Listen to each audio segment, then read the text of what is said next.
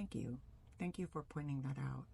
I think one of the things that people often don't realize is that it makes it so difficult to even get a job when you don't have a high school diploma. Unless it's the people who don't have a high school diploma and who have experience trying to enter the workforce with no employment history that people can verify. And then not having a high school diploma, there's employers that won't even look at you if you don't have a high school diploma and you only have a G. There's employers that will pass over people simply because they have a G. They will select the high school diploma over the person with a GE. But regardless, it's not saying that it's impossible. It's just we have to do additional labor and we have to try to catch up. And that feeling of catching up puts a lot of labor on you. And it's difficult because you're in a world that isn't actually what you were raised to be in. It's not the same kind of world. It's not the same kind of mentality. The cultural norms are not the same. The language isn't the same. The way you dress isn't the same. And I'm not saying all of those things are bad.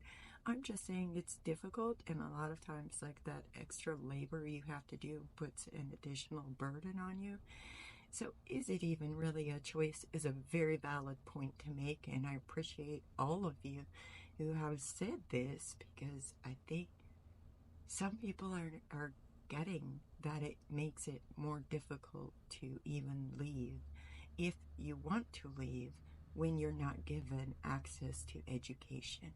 And as I've been saying, Wisconsin versus Yoder, which is a Supreme Court case from 1972, legitimized denying Amish children an education the same as their dominant culture peers, and instead allowed Amish children to only receive an 8th grade education, and the curriculum is heavily monitored by the church, the school board, the Amish Book Society.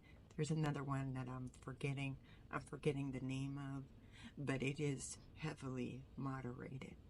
Rather than having access to information the same way that our peers do in dominant culture, we didn't have that. Most of us didn't have that. Now there are some Amish children that do go to public school, but that is not the typical norm. So thank you once again. I appreciate it.